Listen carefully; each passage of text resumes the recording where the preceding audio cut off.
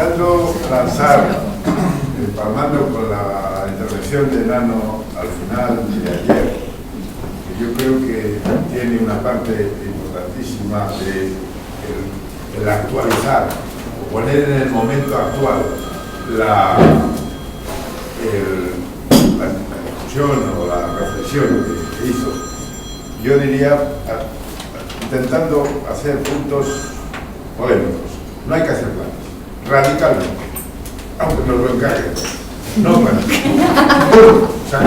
No planes. Y llamemos a lo que hagamos, porque tenemos que inventar qué hacer, porque tenemos que intervenir. Bueno, hay que intervenir, hay que mejorar, hay que completar, hay que transformar la ciudad, de acuerdo.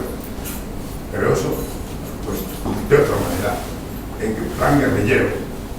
Aquí, allá, pequeño, grande, mediano, fuera de los planes. Incluso cuando ayer se hizo el referente a los PAIs de Madrid, pues, lo cual comparto absolutamente, tienen otra gran ventaja que, como se puso en las siglas, es que no se llama plan, era programa de actuaciones inmediatas.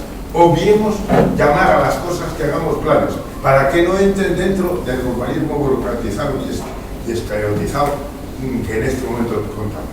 Inventémonos algo, aunque nos lo encarguen. Recuperemos el avance, pero también habrá que quitarle el nombre. Es el proyecto de ciudad, la idea de ciudad para los 10 años, aquello que también ha salido, que sería muy bueno, que tuviéramos capacidad. Eso es dificilísimo, sobre todo dificilísimo cuando lo que estamos haciendo es que los planes estaban todos previstos para hacer el modelo, cuando se hablaba de modelo de ciudad, era por dónde crecer.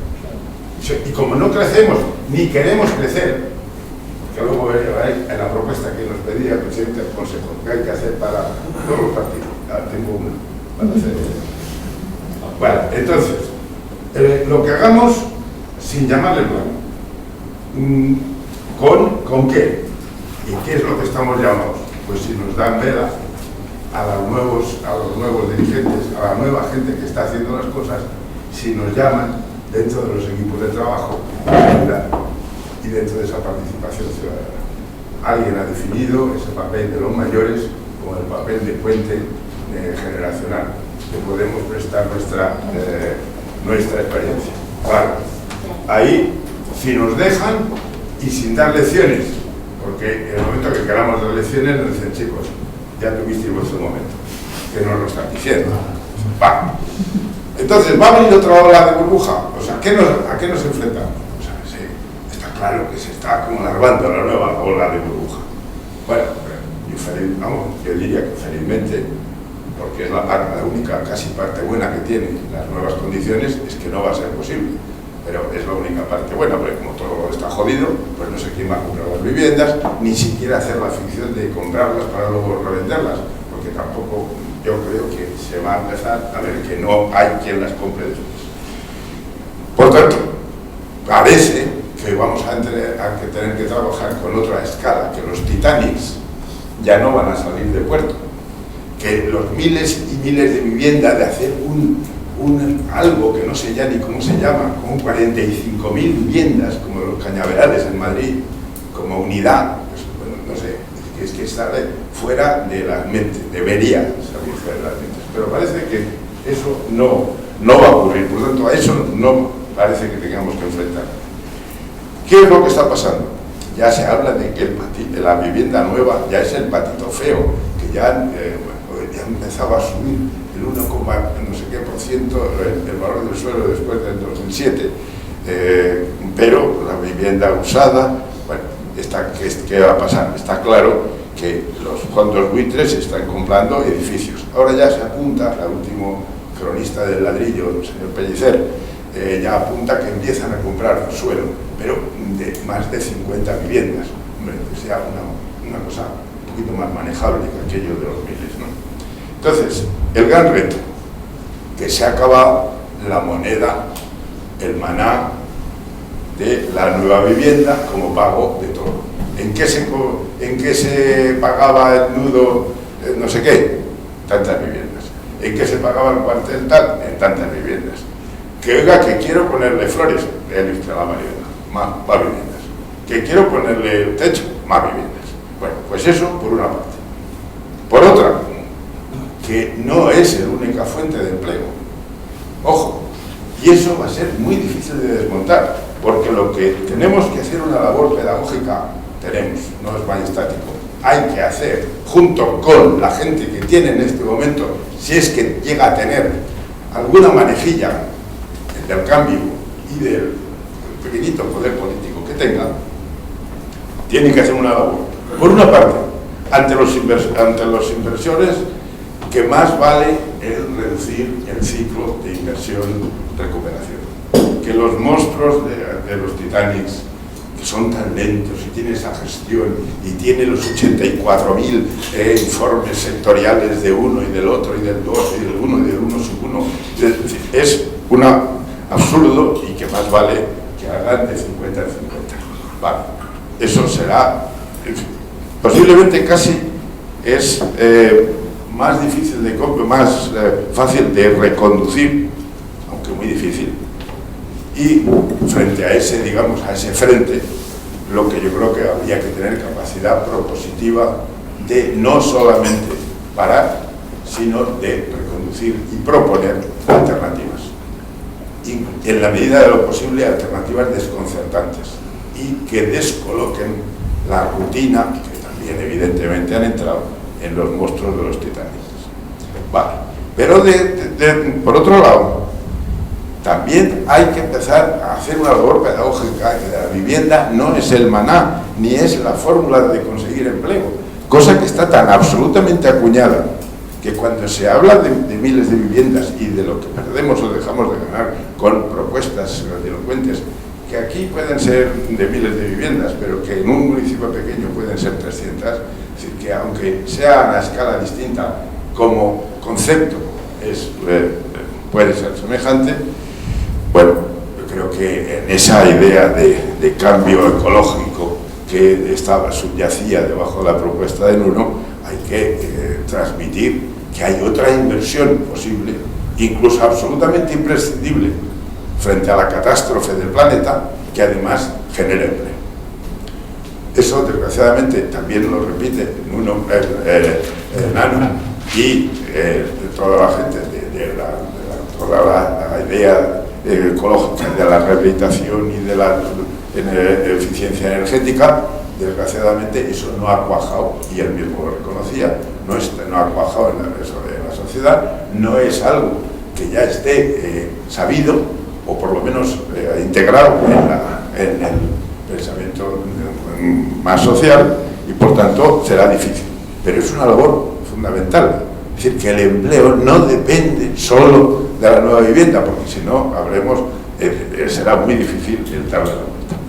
Por tanto, vamos a ver algunas propuestas, no pretendo cosas a nivel estatal. Propuesta para todos los partidos que vayan a las elecciones generales. Se suprime, se subroga toda definición de suelo el llamado antes urbanizable. No existe. Requiem por el urbanizable, pero requiem legislativo. Primero, con esa, lo demás, posiblemente, bueno, podemos añadir alguna cosilla más, pero eso es muy grande. No hay urbanizable. A partir de ahora solo hay suelo consolidado urbano, más o menos apañado, habrá que completarlo, y si acaso AAU, ampliaciones acotadas del suelo urbano, para completarlo. Bueno, el título habría que hacerlo un poquito más elaborado a lo mejor, pero bueno, prohibido. Y claro, como es algo de eso me ha salido, cuidado. Ha salido de ahí. Vale. Bueno, entonces, y a nivel local, que no es tan local, porque empieza a ser el germen, lo que aludía Jesús, la vivienda no está ligada al urbanismo, no está ligado a la manivela, está ligado a su concepción como derecho fundamental, que tiene que pasar a ser derecho subjetivo, no derecho genéricamente. El 47, ¿cómo se aplica? En eso, Gestos, antes de la ley, el gobierno vasco ya había sacado vivienda del urbanismo, lo había metido en servicios sociales. Y el siguiente paso, el Ayuntamiento de Madrid, en este momento, dentro del los servicios sociales, que han dejado de llamarse servicios, se llaman derechos sociales, también tiene vivienda y además también incluye empleo. Por ahí, en esa línea de separar y no vincular el que la solución de la vivienda venga ni de la vivienda nueva ni de la maquinilla de hacer el suelo urbanizable para que haya la vivienda nueva. Romper ese vínculo me parece importante como concepto. Bueno, para esos planes de acción, de intervención, cosas. Categorías de suelo, categorías o tipos de suelos. Pues los 5 que planteaba Sebastián, que no sé si son los 5 mejores nombres, pero por ahí van las cosas. Las áreas donde hay que arreglar cosas, las áreas que les falta, las áreas que tienen un agujero donde podemos construir, sí, 34 viviendas que podemos juntar con las que decíamos ayer que se habían quedado deshabitadas y que están en medio ruina, que las podemos comprar en parte, con las vendemos 4 y arreglamos 4. Bueno, he dicho muy tontamente, pero de esos juegos. Esas categorías que estaban mucho mejor definidas de Sebastián. 2. Las herramientas. Bueno, las tenemos que inventar. Desgraciadamente, en esta preciosa imagen que ponías al final, la llave, aunque de fija pasase a inglesa, era lo que habíamos tenido un poquito de... bueno, no nos vale. Pero lo otro, desgraciadamente, no está en la tienda, porque es que tu preciosa imagen de las herramientas, joder, qué bien, ahora cojo aquí el aliquetito de apretar aquí el tornillito, bueno, pues desgraciadamente esa panoplia preciosa nos la tenemos que inventar. No hay recetas, esa es otra de las cosas. Aquí vamos a ver si nos salen cosas. Por ejemplo, también enseguida es que caemos, también Carlos Sánchez Casas planteaba lo de las delimitaciones. Salen enseguida planes de barrios, ni planes ni barrios, porque el barrio ya es una unidad administrativa que tiene tal, vamos a llamarle programas, acciones de cosas, de lugares, vamos a romper esas, porque nunca vamos a encontrar que eso, a lo mejor pues hay que en un distrito de Madrid o en un municipio pequeño, en un área que tenga alguna delimitación administrativa, pues a lo mejor hay que referenciarlo, pero vamos a intentar no utilizar digamos, los términos que llevan a encajar las cosas en la burocracia. Por tanto, diferentes contenidos, diferentes objetivos, los tamaños, los municipios. No hablemos, porque nos sale a los de Madrid o a los de Sevilla, hablar de nuestro pueblo grande, pues otros pequeños, evidentemente serán cosas distintas, pero conceptualmente me parece que es muy parecido. Lo del avance ya he hablado, apasionante, pero siempre, lo decíamos, era el momento en que hacíamos la gran propuesta de plan hasta que venían las peores. A partir de ahí ya empezaban las peores. Ya empezábamos a meterlo en el camino, bueno, ya había que encarrilar y perder. Algunas propuestas de cosas a hacer. Yo creo que necesitamos conocer y indagar, evidentemente con el espíritu crítico que decía Jesús, pero no sabemos tanto, ni muchísimo menos. La burbuja no la tenemos entendida ni de coña, ni de coña. ¿Cómo era posible vender tantas viviendas? ¿Dónde están? ¿Quién las compraba? En los famosos inversores, que uno decía que era el 30%, otros el 40%, otros me ha dicho mi prima que ha oído tal, eso debe ser, que deben estar por el 28%. No hay un dato de quién compraba, quién eran los compradores. Otro dato absolutamente desconocido, que es el que ha cambiado y va a cambiar el mercado de la vivienda: las mudanzas, los cambios, el filtrar para arriba y para abajo. ¿De dónde ha salido todo el papel que jugaron los inmigrantes? Permitiendo que por abajo comprar lo que iba dejando los que se iban a la vivienda un poco mejor, que al precio que se vendía no tenían ingresos para poder pagar, pero que la diferencia entre lo que recogían por la vivienda que tenían antes y la nueva que se iban, sí podían pagar. Y esos, muchos de esos son los que están ahora desahuciándose. No solamente a los, digamos, a los de más bajos ingresos, que también. Conocer. Luego, pues si hay buitres, hagamos de buitres. Las instituciones. Pero claro, vamos a comprar barato para no vender caro, ni para vender, para guardar. ¿Y con qué podemos comprar? Con los bancos, que a los que les podemos pedir, oiga, eso que tiene usted y que lo iba a mal vender, que está vendiéndose pesos por, incluso en Cataluña, decía Pellicer, por 6.000 euros, pero que 13 y 14.000 euros sí que hay mucha venta. Oiga, eso se los compro todos, no los que quieran. ¿Con qué?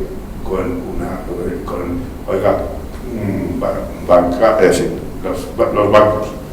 Al precio ese, yo le puedo devolver el dinero con un alquiler social, al que le pongo un 10% para la gestión. Salen a esos precios, salen perfectamente alquileres de 200 euros, de 150 euros, en una cuenta elemental. O sea, que es que no es... Y eso se está proponiendo a los bancos. Luego, todo el patrimonio, conocer dentro de ese conocimiento, todo el patrimonio, no el gran patrimonio, no ese que hay que defender y valorar, que también a lo mejor nos pasamos de las exigencias del bueno, no estoy hablando del bueno, sino de lo construido, no utilizado, ocioso, vacío, que hay cantidad. Algunos estudios de alguna universidad ya han empezado, pero claro, eso hay que ir edificio por edificio y entrar.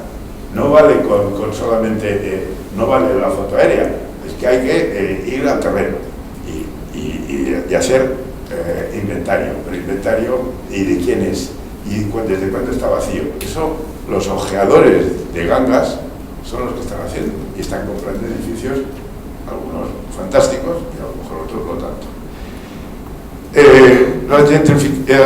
Bueno, mezcla de nueva con vieja, ya lo sale en esas áreas de remodelación y de compleción, pues sale de que no tener manías de que pues, en los agujeros se pueden construir o demoler 3 edificios para construir otros. Por ejemplo, en toda una línea, que no sé dónde se puede aplicar, pero de intensificar el uso para los famosos ascensores que faltan en tanta vivienda social con las famosas 4 plantas que no permitían, no exigían ascensor, que es una putada, pero bueno, a lo mejor la manera de ponerlo, y en muchos sitios, no sé cuántos, es posible, es añadirle 2 plantas y hacer el ascensor para las 6, con lo cual las 2 plantas se alquilan, incluso eventualmente, si está todo en comunidad de propietarios, se pueden vender, con lo cual la comunidad de propietarios puede pagar el ascensor. Estoy pensando en algún caso concreto en Carabanchel que cabría perfectamente. No sé si son en 4, que es donde me he fijado yo, o he oído hablar ya de que eso sería una idea posible. La gentrification. Ojo con empezar a meternos tanto con la gentrification. El centro de Madrid es un buenísimo ejemplo. Es decir, el centro de Madrid se ha diversificado, es decir, también en términos políticos, y es un síntoma. Es donde la candidatura ganadora del Ayuntamiento de Madrid ha sacado más votos. De todos sitios, el porcentaje es mayor. Bueno, eso es mezcla. Y eso es mezcla de gente con rentas y atractivo del centro diversificado. Decías, la mina faltan pijos. Pues, bueno, pues vale, y a lo mejor resulta que también, bueno, no voy a ponerme a hacer, hay unos áticos que se pueden venir donde se ve el mar, que a lo mejor es muy atractivo y le sentaría estupendo, seguramente. Una cuota de pijo. Y desde luego, bueno, el orgullo que hay en Madrid, cómo está Madrid, es exuberante, y hay, bueno, una cantidad de orgullo con pasta que hay que fastidiarse. Solamente hay que pasearse por la calle, o sea, aparte de los selfies y tal, y que están contentísimos, pero que da gusto verlo. Pero, bueno, ahí hay pasta. No, por tanto, ojo, si empezamos a poner aquí solo poca desde luego, con tan poca pasta, a lo mejor no arreglamos, que la mezcla. Bueno, un invento que tratamos de hacer en su día, y ya no me acuerdo ni por qué se lo cargaron de esa forma tan rabiosa, la reparcelación económica. Otra de las reglas, es decir, en el suelo vale superar la economía de trueque, porque es obsesivo, es decir, el suelo no cabe monetarizar y pagar, es decir, hay que pasar, pero no, los reparcelamos y después ya le damos este cachito, ya los restos si se pueden pagar. Como idea general, la reparcelación económica, sobre todo para el suelo consolidado, era la manera, usted mete en la hucha y después de esa hucha sacamos para hacer, que tampoco le gustan nada a los fiscalistas, los impuestos finalistas, pero que son sanísimos, lo que se sabe, se ve en la hucha, la hacemos transparente, se ve lo que hay y lo que sale. Se puede controlar mucho más que si se mete dentro de las grandes partidas de las instituciones. Otro reto que tenemos por ahí, con un precioso libro de la Diputación de Barcelona, vuelve la industria. Están las ciudades preparadas para ello. Paco López, que tiene ahí un magnífico trabajo. La actualización de la que hablabas ayer de nuestros espacios industriales, que luego la actividad industrial está fuera de los espacios, los polígonos, pero los polígonos están vacíos. Bueno, eso habría que, son de las áreas a estudiar y a ver qué actualización, qué les podemos hacer. La catedral de Huetiche, inaugurada 4 veces y vacía las 4 veces, con los viveros de empresas que se están cerrando y no se sabe qué hacer, los centros de innovación que se abrieron, funcionaron. Hombre, estamos saliendo en el caso de Madrid de un ayuntamiento inane, pero bueno, parece que hay cosas a mover. Y por último, me parece que otro de los grandes temas pedagógicos es que las mejoras no se hacen construyendo. No vamos a construir como planteamiento, pero que las mejoras no son de nueva construcción. Aquí se ha entendido, sobre todo, claro, tenemos el caso de la Llagón, que bueno, es el constructor mayor de los reyes de todos. Todo se medía en cuántas unidades, en cuánto inversión. Bueno, hay que poner las ciudades a funcionar. Tenemos una cantidad de equipamiento, de dotaciones, de medias cosas que usamos a medias, que no tenemos de verdad capacidad de que funcionen a tope, de que a lo mejor funcionen las 24 horas, el 24/7 de la mezcla de vivienda con oficinas frente a los centros especializados de solo oficinas. Bueno, poner la ciudad a funcionar frente a construir y que la medida de la mejora no se va a medir en metros cuadrados construidos. Creo que es otra de las lecciones que nos va a costar mucho, y insisto en el no más estáticos porque me gusta a mí pringarme, pero bueno, que les va a costar mucho a quien nos tenga que hacer de transmitir ese mensaje. Vale, pues venga, ya está. Yo quería intervenir porque no estoy muy de acuerdo, bueno, o sea, con la filosofía sí, contigo totalmente de acuerdo, porque esa es la experiencia mía, pero después, por ejemplo, se ha dicho que el plan tiene que desaparecer. Ya que han conseguido desvirtuar el plan estratégicamente, no por casualidad, hacer desaparecer el plan, haciéndolo inviable absolutamente, cuando han pretendido tener las manos libres para poder hacer lo que les da la gana y decir que el modelo territorial se tenía que hacer, o sea, que cada nueva actuación en suelo rústico tenía que replantear el modelo territorial, y si realmente hacer un modelo territorial bueno se podía hacer, y si no, entonces decimos, vale, pues no hay plan, ahora no le vamos a llamar plan, ¿vale? Porque aquí, por ejemplo, en la Comunidad de Madrid, la estrategia es que no haya planes desde hace mucho tiempo. Los planes que después de 8 años, cuando han llegado allí terminados, se han tirado a la papelera directamente, y se ha dicho al ayuntamiento, no es política de esta comunidad aprobar planes generales, y se ha tirado a la papelera. Haga usted modificaciones puntuales.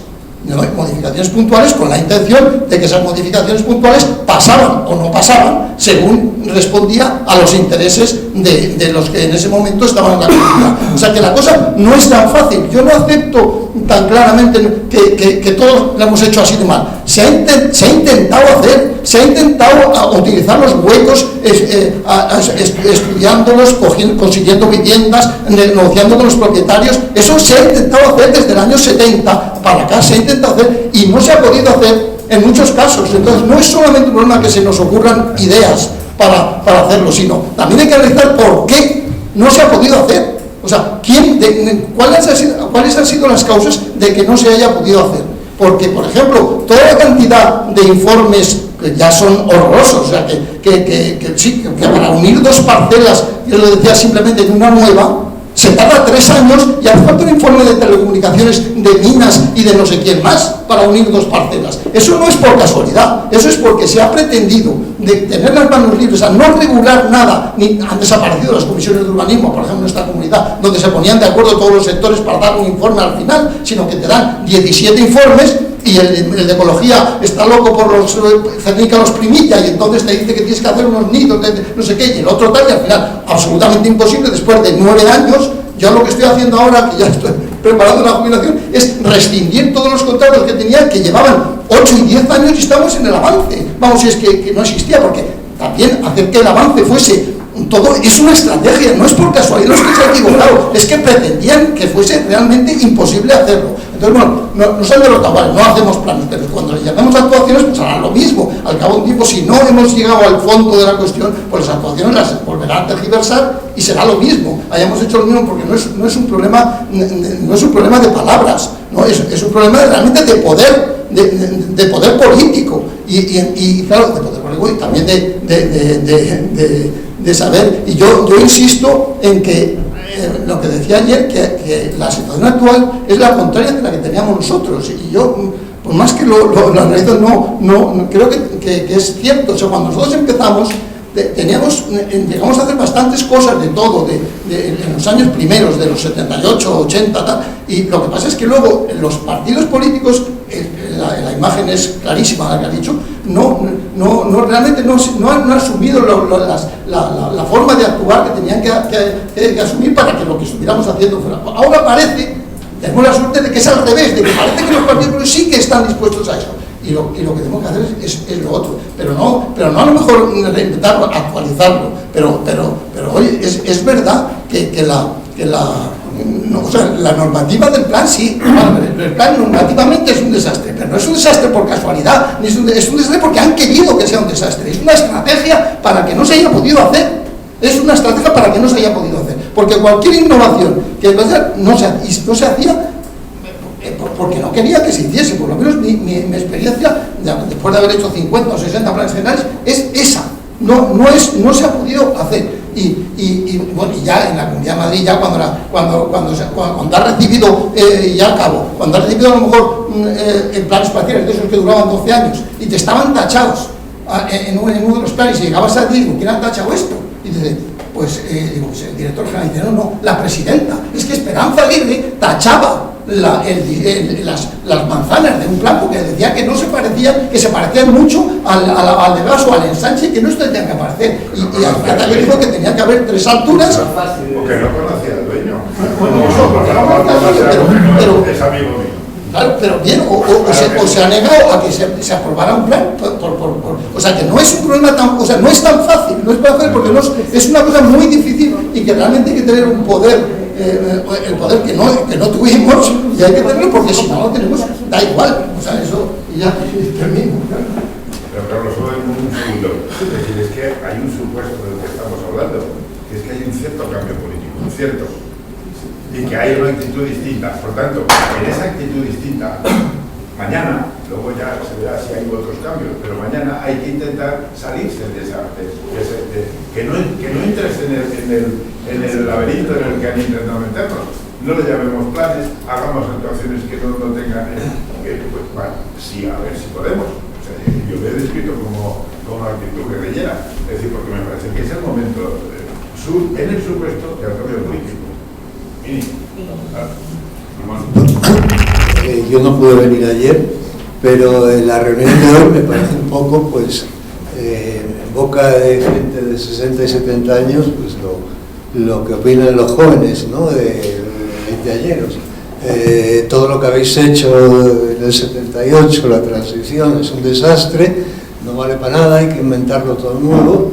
A mí me parece un poco simplificador las cosas que estoy oyendo aquí, simplificadoras. Yo creo que es mal mensaje el que podemos transmitir a los nuevos, decir que tienen que partir de cero, que nada de lo que se ha hecho ha valido, que todo es un escombro, una ruina. A mí me parece francamente, bueno, un desahogo simplificador. Yo creo que la realidad, y como algunos sabéis, yo me he dedicado mucho tiempo a estudiar algunas ciudades españolas, en concreto Madrid, la transformación que ha habido en Madrid, la convalidación de la ciudad de Madrid, sobre todo en lo que podríamos llamar las periferias centrales, los distritos periféricos de la ciudad de Madrid, la transformación en el sentido de hacer paisajes urbanos convalidables con los de cualquier ciudad europea entre 1975 y el 2000 ha sido impresionante, impresionante. Y esto se ha hecho con los planes y no podemos ignorarlo y echarnos toda la mierda encima. Pero eso tiene que ver algo con los planes. Esa magnificencia que en realidad sobre todo se debe a que los árboles han crecido, que han crecido bien. ¿Tiene que ver algo con el planeamiento? Tiene que ver con perdóname, Jesús, no te he interrumpido. Bueno, como dicen en la tele. Es que esto no es aquí no estamos en las tertulias. No estamos haciendo discursos, estamos haciendo un debate, creo yo, no es un discurso. Claro. Bien, pues sí, tiene que ver con que los árboles han crecido, pero también tiene que ver con que se han hecho planes y con que se han hecho proyectos y con que se han hecho actuaciones y con que se han hecho equipamientos y con que se han hecho arquitecturas mejores, unas mejores que otras, desde luego. Entonces, la realidad es que las ciudades españolas, con los instrumentos que hemos tenido y los medios de gestión que hemos tenido, hasta la década esta terrible de la burbuja y de las nuevas periferias mucho más exteriores y mucho peores, la ciudad entre 1975 y 2000 ha mejorado de manera ostensible. Entonces, yo creo que eso es una realidad y que hay que reconocerla y que hay que partir de ella. Hay agujeros, por supuesto. El agujero de la ordenación territorial, de la ordenación supramunicipal, ¿no? Ese es un agujero clarísimo. La excesiva libertad en los municipios pequeños, pues eso que no hemos conseguido en la mayoría de las comunidades meter en cintura, ¿no? Ligado a esto, el agujero de la hiperespecialización, la concentración en parques y ciudades de todo tipo, de una serie de actividades, ¿no? Que tiene mucho que ver con esta falta de ordenación territorial estratégica. Y, desde luego, la bajada de calidad de las nuevas periferias tipo PAUS que se han hecho en la primera década del siglo XXI, y en las sobrecalificaciones, etc. Entonces, resumiendo, yo creo que no se trata de eliminar los planes, sino de simplificarlos, abreviarlos, podar la selva burocrática de los miles de informes, etc. Pero construir con lo que tenemos, mejorándolo, etc. Yo creo que los diagnósticos catastrofistas no ayudan mucho.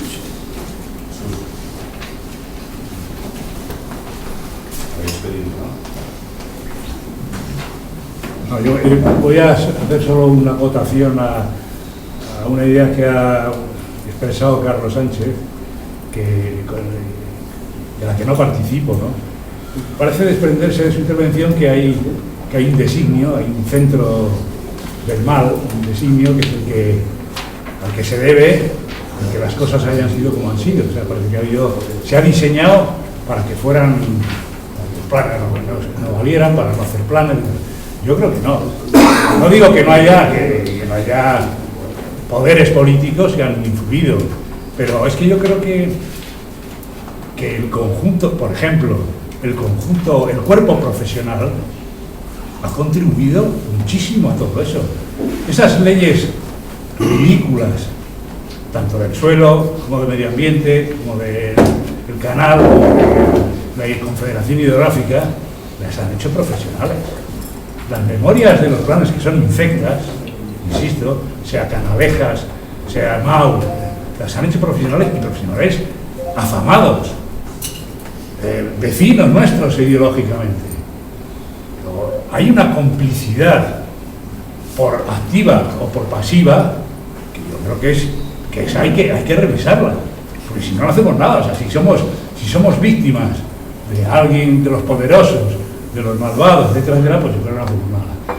Yo creo, y ahora paso la pequeña contestación a López Lucio, yo particularmente, si tengo que inclinarme entre el catastrofismo y el pangulosismo, me quedo con lo primero, porque creo que se corresponde mucho más con la realidad.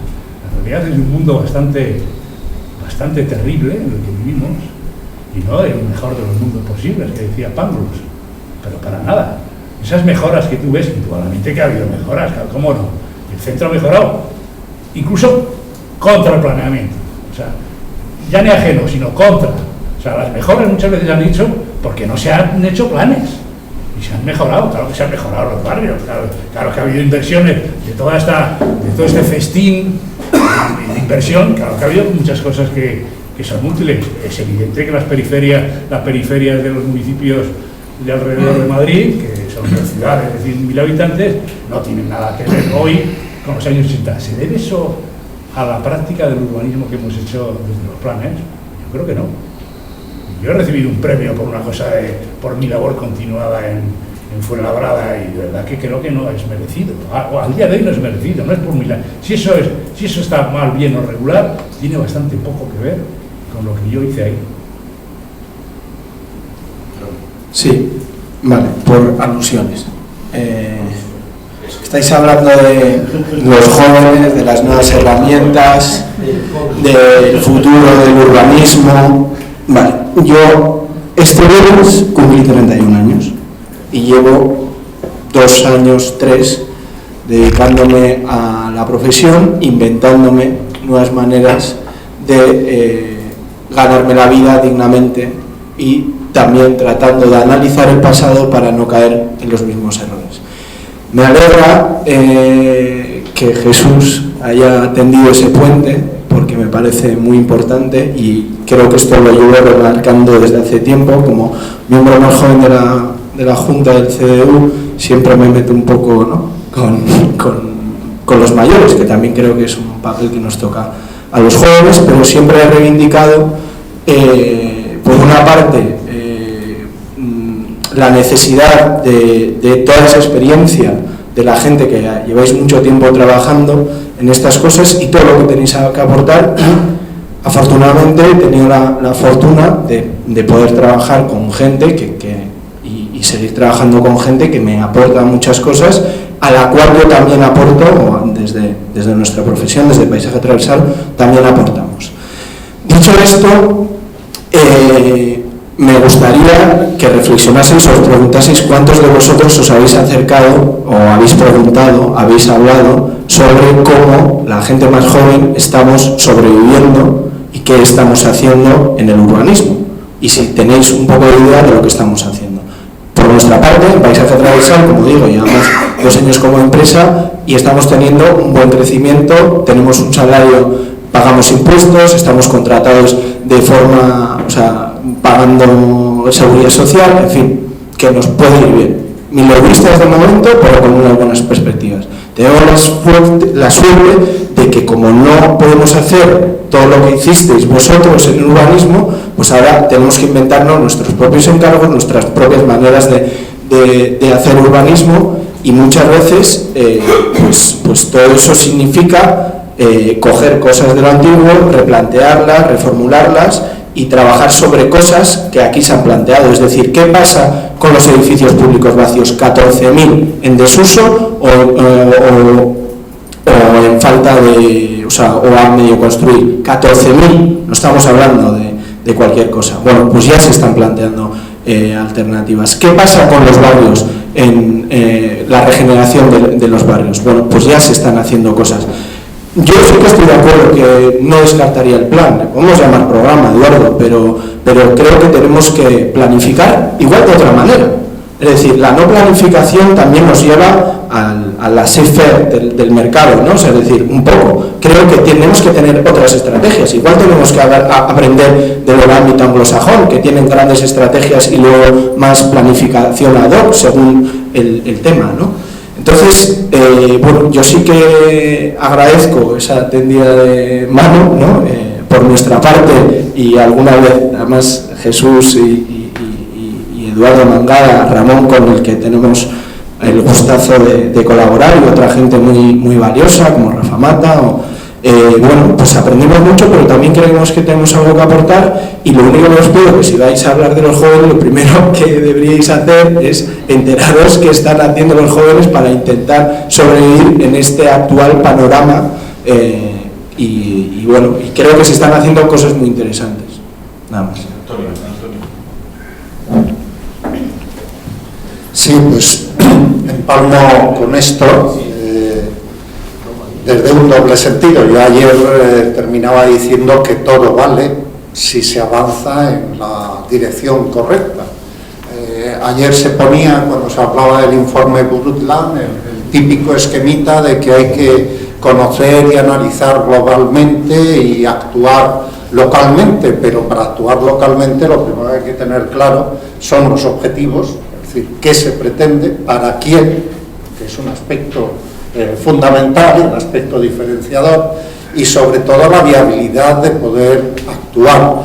Yo estoy absolutamente de acuerdo que se ha machacado el planeamiento por objetivos espurios, es decir, por intereses particulares, en muchísimos sitios, no en uno o en dos, sino en muchísimos sitios. No es casualidad que la Comunidad de Madrid no tenga ordenación del territorio. No es casualidad en absoluto.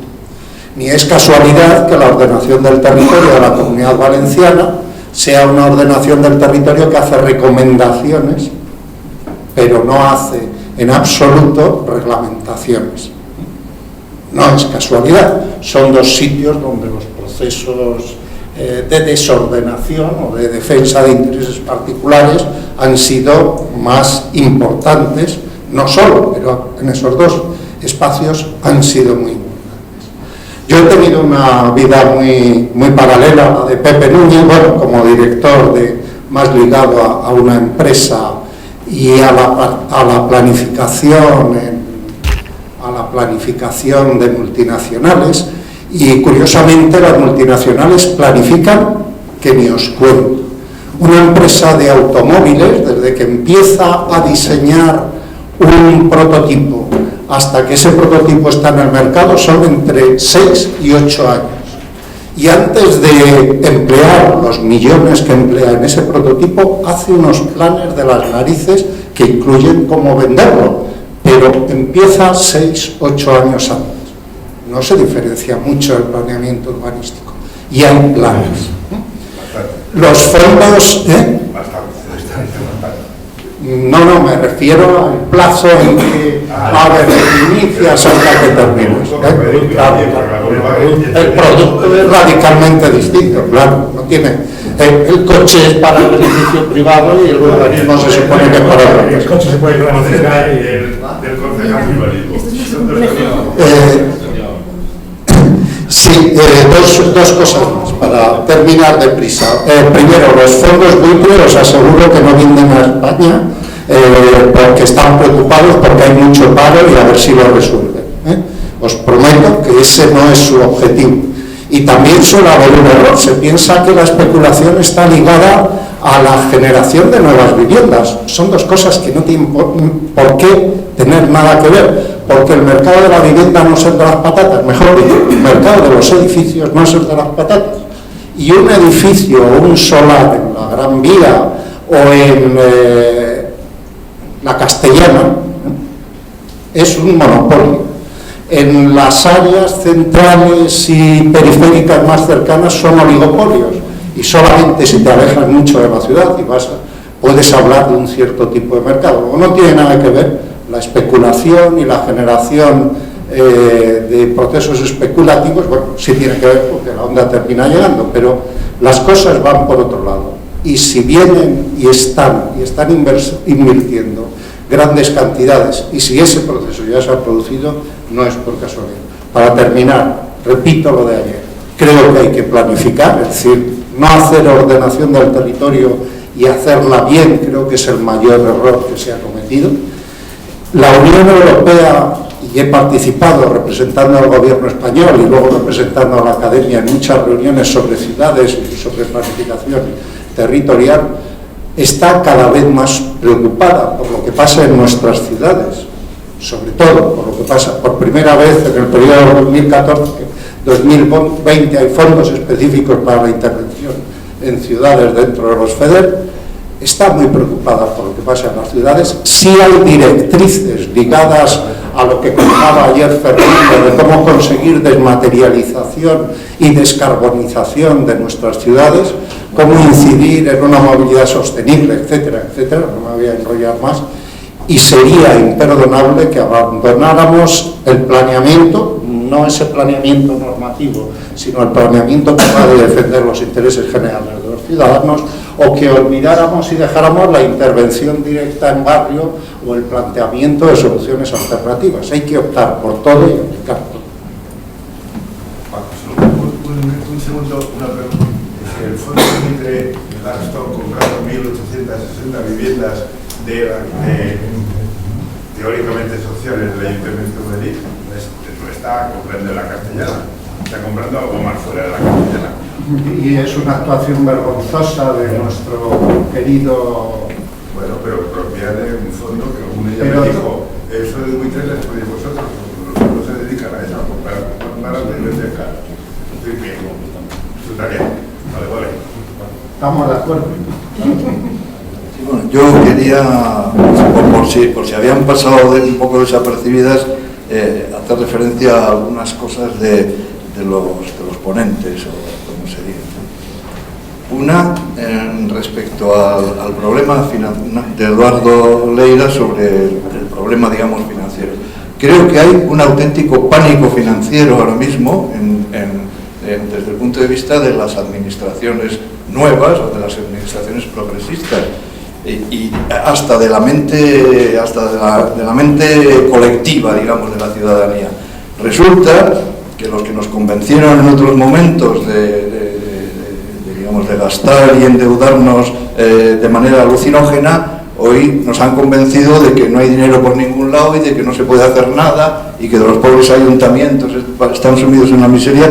Yo me sumo de manera ferviente, aunque no tenga yo el dinero, a la propuesta de Eduardo Leira de empezar a manejarse, digamos, en el terreno financiero contra precisamente la estructura financiera que nos ha sido dada. Creo que hay oportunidades, dinero y capacidad de endeudamiento. Bueno, señores, es que resulta que lo que se está discutiendo en Grecia. A Grecia también le han contado que no hay dinero, que es un desastre, que le han dicho, pues vale, no hay, pero nos vamos a pagar. Aquí las alternativas y las acciones son diferentes, pero si los ayuntamientos, las corporaciones se aterrorizan ante, digamos, la catástrofe anunciada financiera, además me parece contradictorio con algo que se dice continuamente de que hay chorros de dinero navegando de aquí para allá y de allá para acá y refugiándose en cualquier sitio, incluso aunque no les paguen nada, como los buenos alemanes, ¿no? No, que hay que quitarse de la cabeza este pánico financiero, el pánico al endeudamiento público, no privado. Y vamos, que creo que la gestión de la nueva ciudad, de las perspectivas de la nueva ciudad, tiene que ser en ese aspecto casi keynesiana otra vez, ¿no? Y utilizar el capital que pueda usar o utilizar para transformar la ciudad. Otra cosa, otro tema que no me gustaría que quedara así, que se olvidara y tal, y que me parece muy importante y que ha citado Jesús Gago, es el del relato, ¿no? El relato urbanístico y el de la complicidad de ese relato en realidad con una infraestructura de base de la concepción de la máquina ciudad como una máquina económica de acumulación, porque es terrible. Jesús ha hecho así una referencia vaga al artículo de un conocido profesional utilizando todo este relato, que es en realidad verborrea, porque el relato es un poco, digamos, honda, y yo pues voy a recomendar que os leáis ese artículo, porque ese es un artículo de José María Ezquiaga en El Mundo, y yo os lo recomiendo. Es más, yo os obligaría, si pudiera, que no puedo, a leerlo, ¿no? Porque es que realmente espeluznante. Es una pequeña columna que tiene... Además, yo no sé cómo...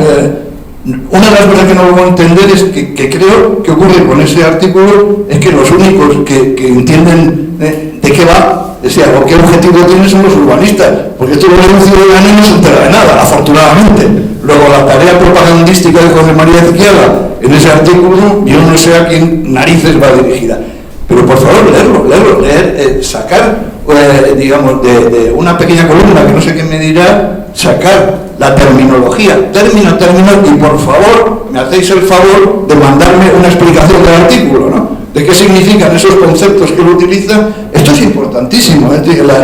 Lo que ha hecho el urbanismo, nuestro amigo ya fallecido, Secchi, publicó hace muchísimos años un libro que seguro que todos conocéis, que se llamaba El fin del relato urbanístico, ¿no? Yo creo que se equivocó de medio a medio en el título, ¿no? Porque si algo ha quedado, digamos, en el urbanismo desde entonces, ha sido un relato cada vez más degradado. Un relato que no solo ocultaba lo que se hacía de verdad, sino que es que ocultaba otro relato subyacente, que era el relato de la corriente mayoritaria del pensamiento económico, si queréis llamáis la Escuela de Chicago, neoliberalismo o lo que os dé la gana, que es el que subyacía a ese relato aparente y incomprensible de la explicación de los hechos urbanísticos, ¿no? Entonces, ha habido una complicidad con el relato subyacente económico, porque el otro día me acordaba luego, ¿no? En el texto en el que yo llamo el texto de los catalanes, así que un poco de broma, ¿no? Se vuelve a hablar ahí de que es que las ciudades en este caso creo que se refería a Suecia, que tenemos un sur industrial que no es competitivo con el extranjero.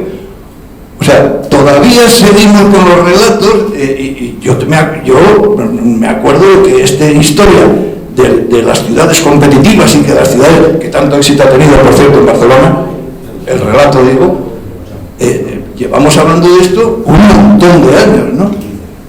Y hasta tal punto que tuvo que ser un economista de la corriente también mayoritaria, pero que es un poco más moderado y tal, que Krugman, dijo, pero ¿de qué están hablando ustedes? Las ciudades no compiten, que eso no os quiere decir nada. Un economista tuvo que decirlo, ¿no?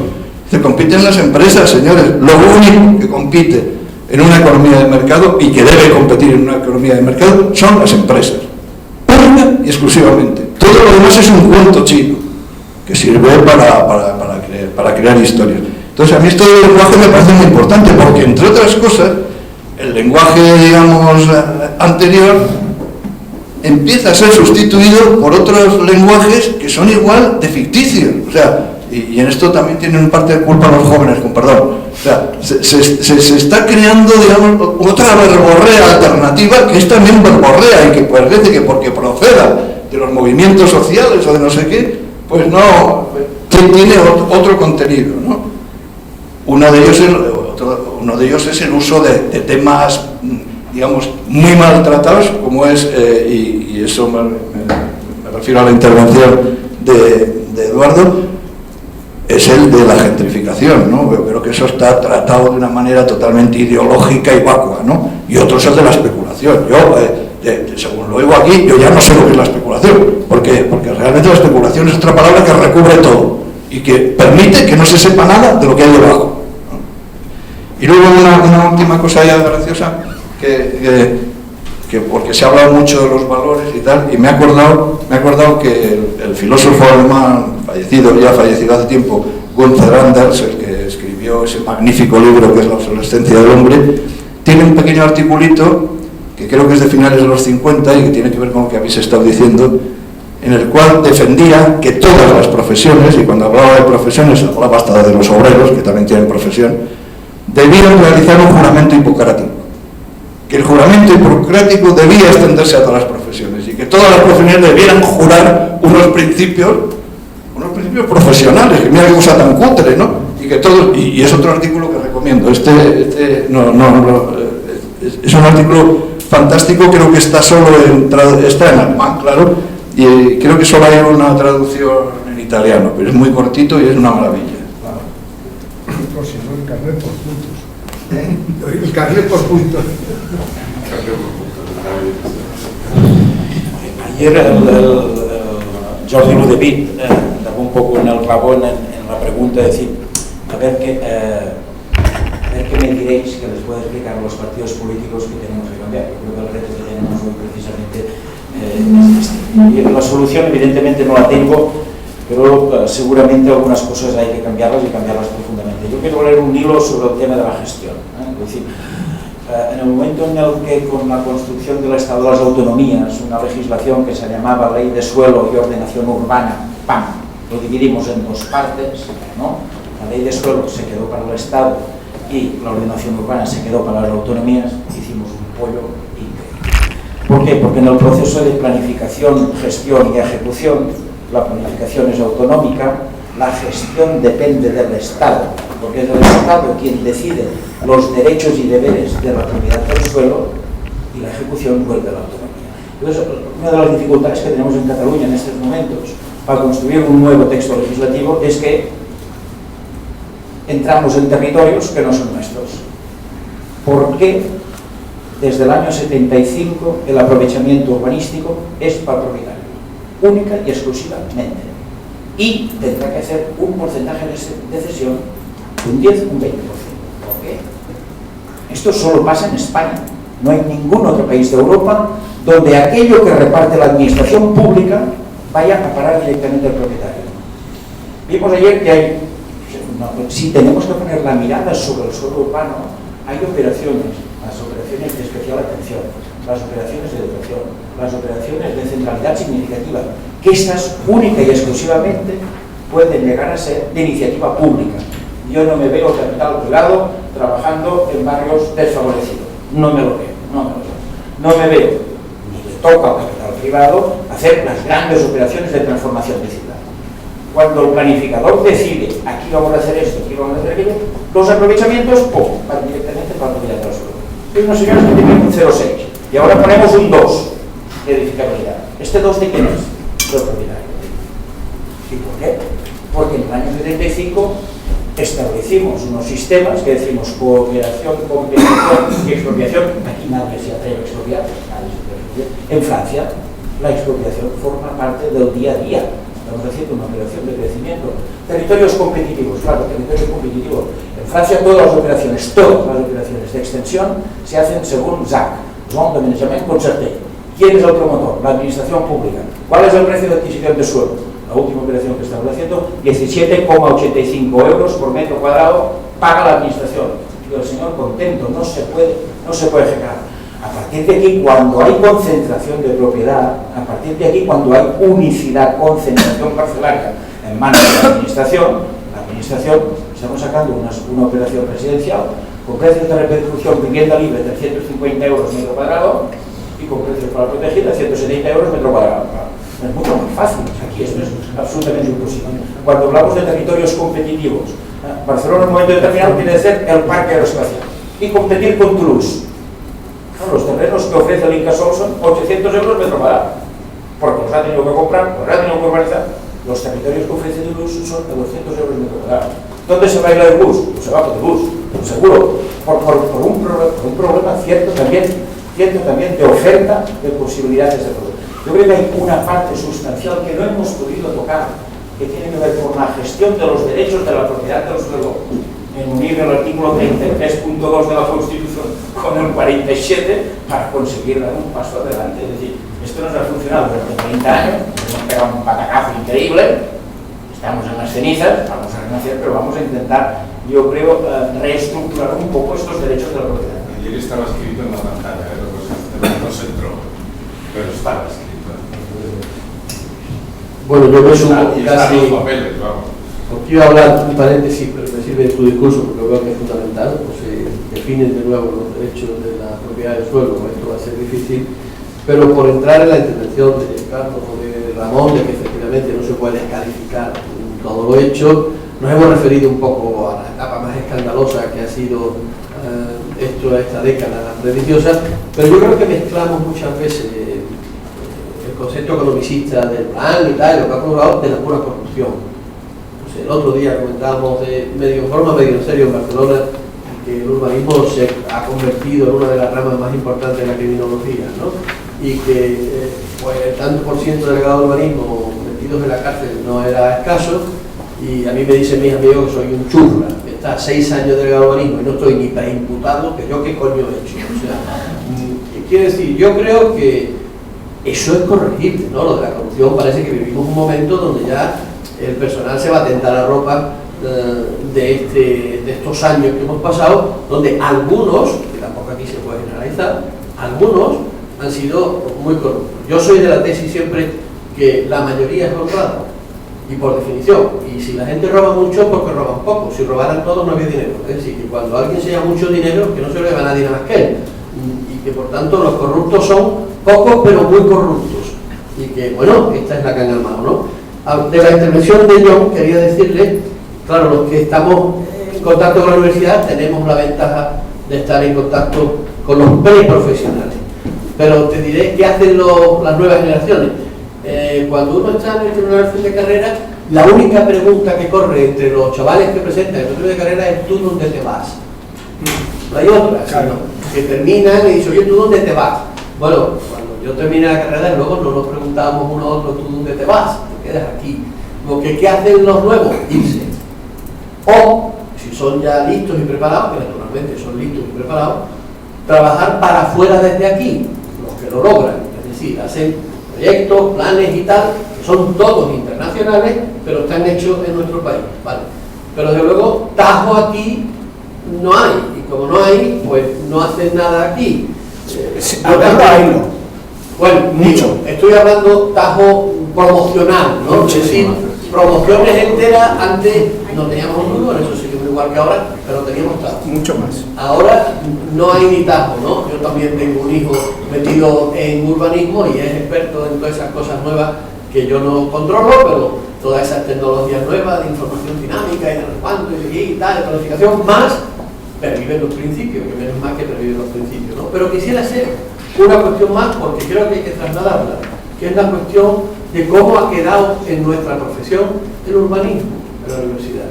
Y aviso navegante, nosotros, yo cuando estudiaba tenía 5 asignaturas de urbanismo. Tenemos una carga docente miserable, ahora mismo los nuevos planes, de ordenación del territorio, que quiera hacer un máster a posteriori.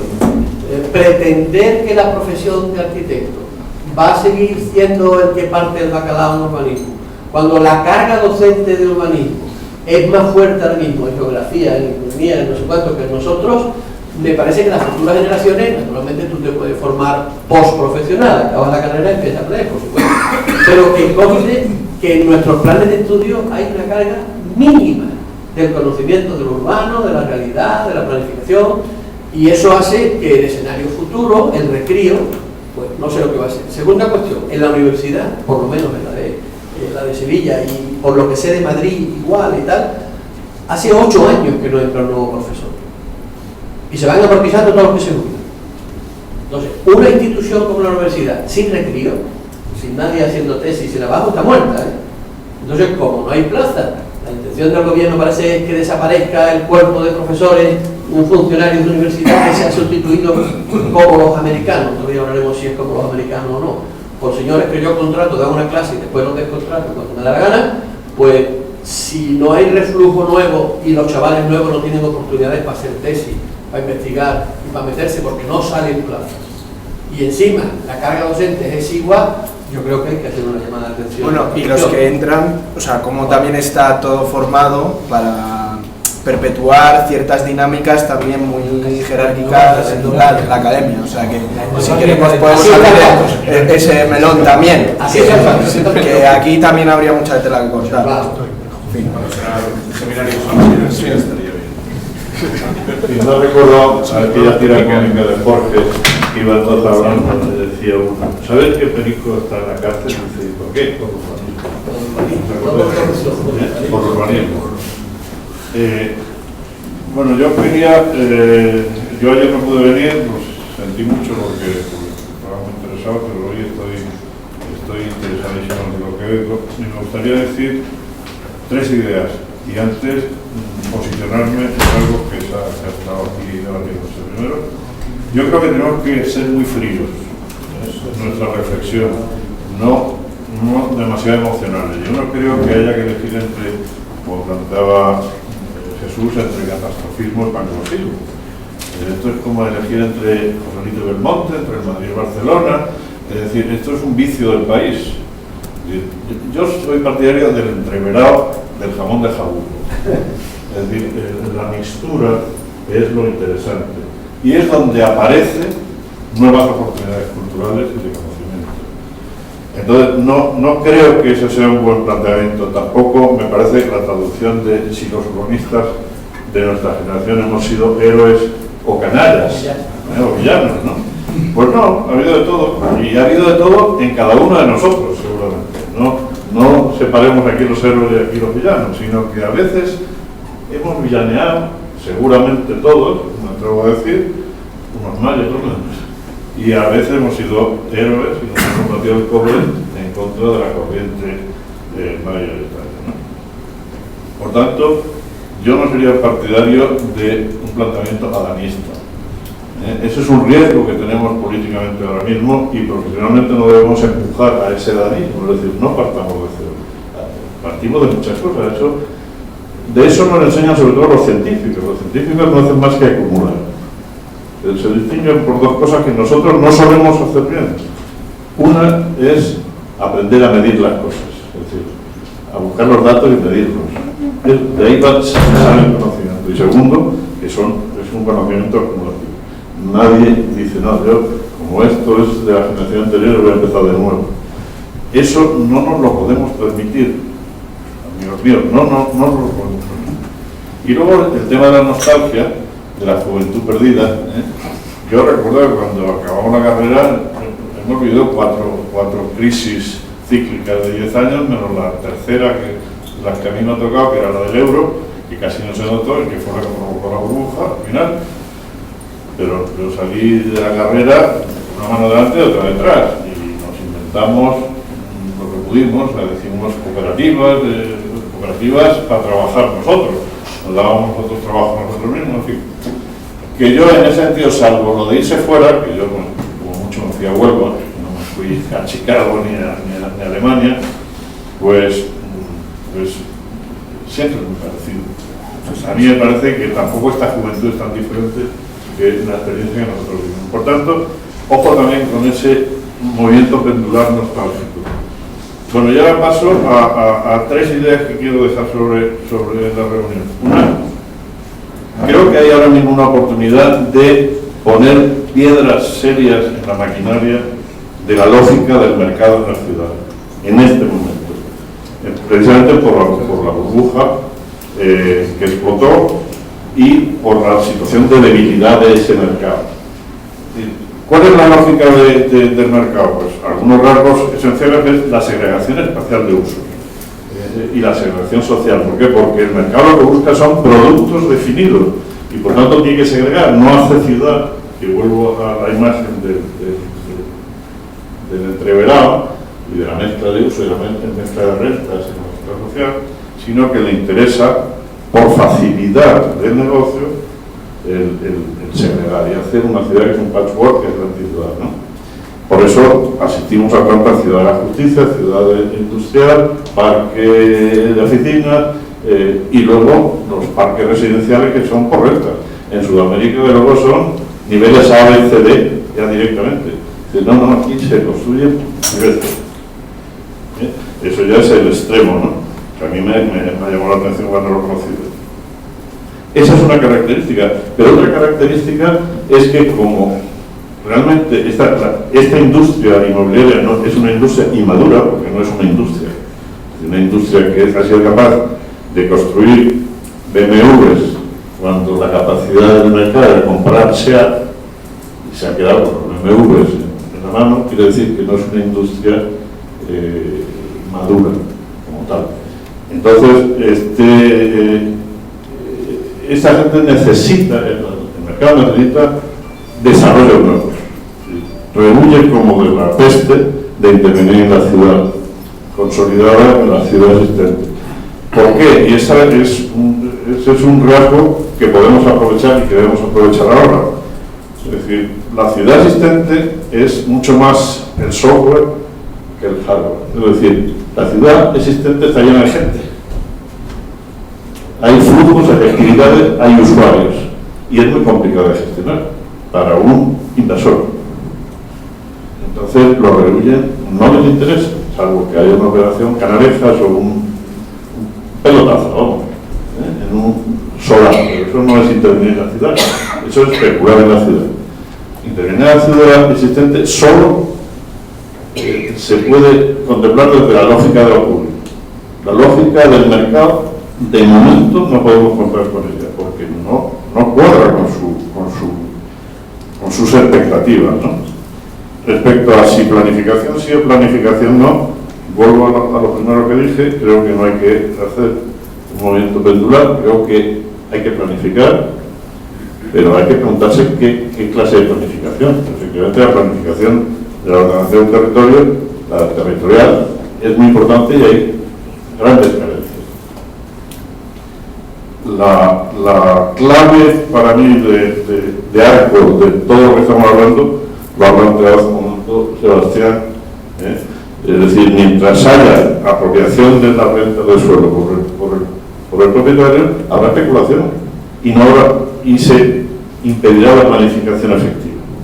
Por tanto, ahí está la madre del cordero y es una de las recomendaciones que tenemos que dar a las nuevas fuerzas políticas emergentes. Y por último, quiero dejar otra idea que tiene aparentemente poco que ver, pero que me parece que sí cuadra con lo que estamos diciendo.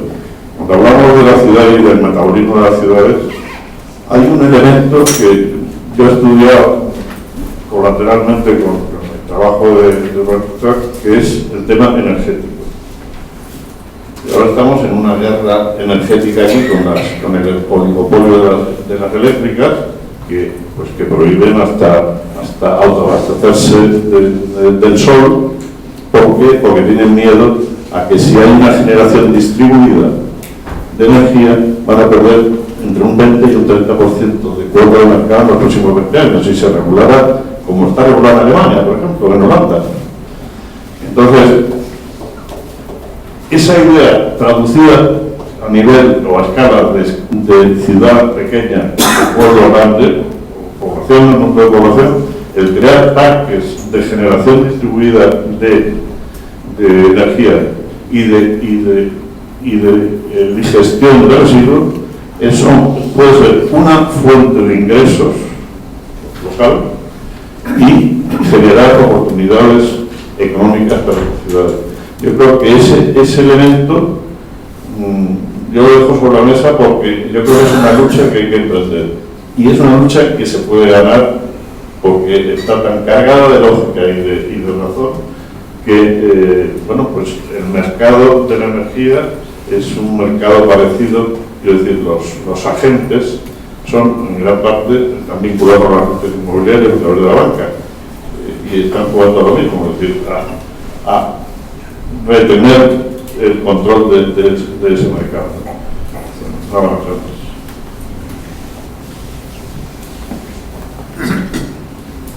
Bueno, yo voy a saltar en otra dirección, que es un pequeño zoom de esa aproximación. Retomando el tema de Sánchez Casas y Gago de la conspiración. Entonces, voy a hacer una anotación un poco ingenua sobre eso, pero que es como yo me siento. Es decir, y es una cosa que la damos por sentada seguramente, pero yo la doy por sentada, a lo mejor vosotros también, pero no nos referimos a él.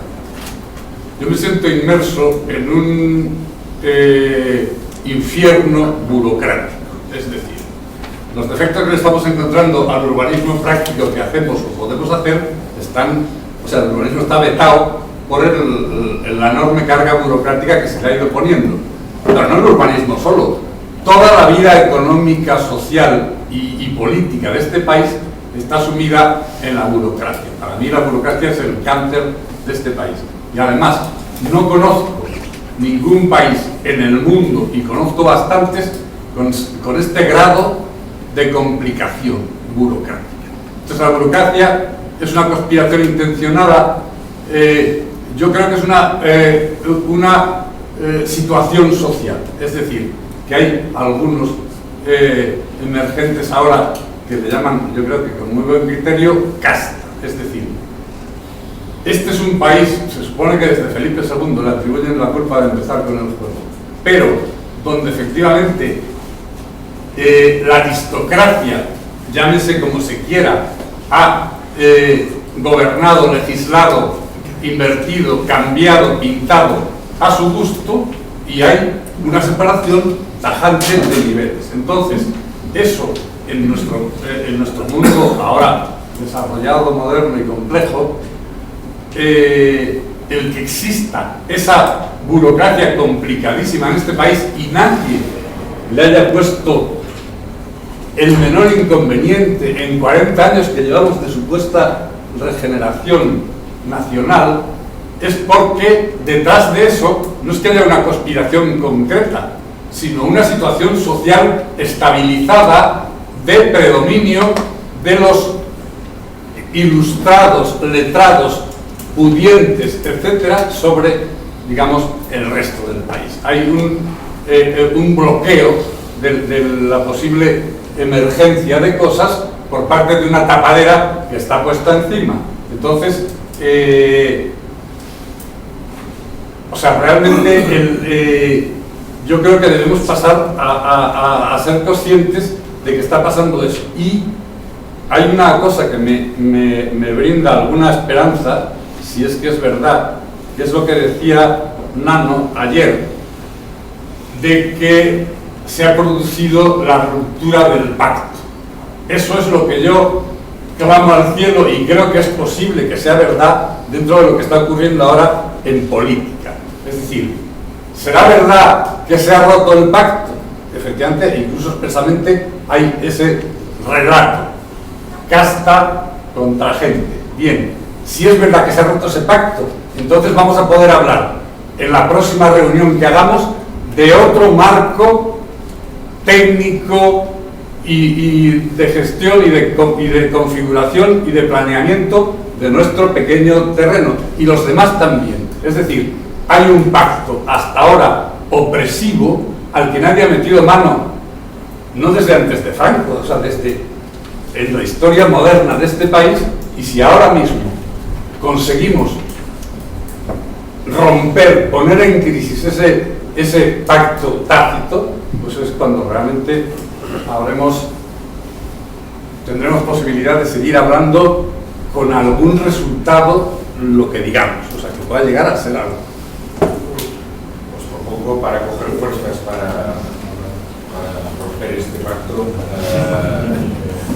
coger un poco de fuerzas para atacar el tramo final de los seminarios.